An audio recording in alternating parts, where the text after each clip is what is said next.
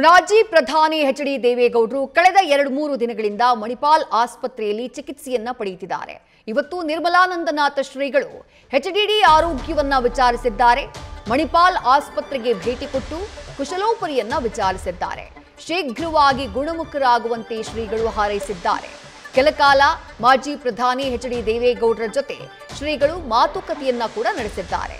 ಕಳೆದ 2-3 ದಿನಗಳಿಂದ urine infection ಹಾಗೆ ಜ್ವರದ ಕಾರಣಕ್ಕಾಗಿ ಮಣಿಪಾಲ್ ಆಸ್ಪತ್ರೆಯಲ್ಲಿ ಟ್ರೀಟ್ಮೆಂಟ್ ಅನ್ನ ಪಡ್ಕೊಳ್ತಿದ್ದಾರೆ ಮಾಜಿ ಪ್ರಧಾನಿ ಎಚ್.ಡಿ. ದೇವೇಗೌಡ. ನಿನ್ನೆಯಷ್ಟೇ ಮಾಜಿ ಸಿಎಂ ಕೇಂದ್ರ ಸಚಿವ ಎಚ್.ಡಿ. ಕುಮಾರಸ್ವಾಮಿ ಯಾರೂ ಆತಂಕ ಪಡುವಂತ ಅಗತ್ಯ ಇಲ್ಲ, ದೇವೇಗೌಡರ ಆರೋಗ್ಯ ಸುಧಾರಿಸುತ್ತಿದೆ ಅನ್ನುವಂಥ ಮಾತನ್ನ ಹೇಳಿದ್ರು. ಇವತ್ತು ಆದಿಚುಂಚನಗಿರಿ ಶ್ರೀಗಳು ಭೇಟಿಯಾಗಿರುವಂತಹ ಫೋಟೋ ಲಭ್ಯವಾಗಿದೆ. ಆ ಫೋಟೋದಲ್ಲಿ ದೇವೇಗೌಡರ ಆರೋಗ್ಯ ಸುಧಾರಿಸ್ತಾ ಇರುವುದು ಬಹಳ ಸ್ಪಷ್ಟವಾಗಿ ಕಾಣಿಸ್ತಾ ಇದೆ.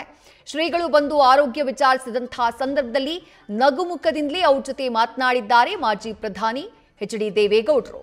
ಕೆಲಕಾಲ ನಿರ್ಮಲಾನಂದನಾಥ ಶ್ರೀಗಳು ಎಚ್.ಡಿ. ದೇವೇಗೌಡ ಅವರ ಆರೋಗ್ಯವನ್ನ ವಿಚಾರಿಸಿದ್ರು, ಕುಶಲೋಪರಿಯನ್ನ ವಿಚಾರಿಸಿದ್ರು.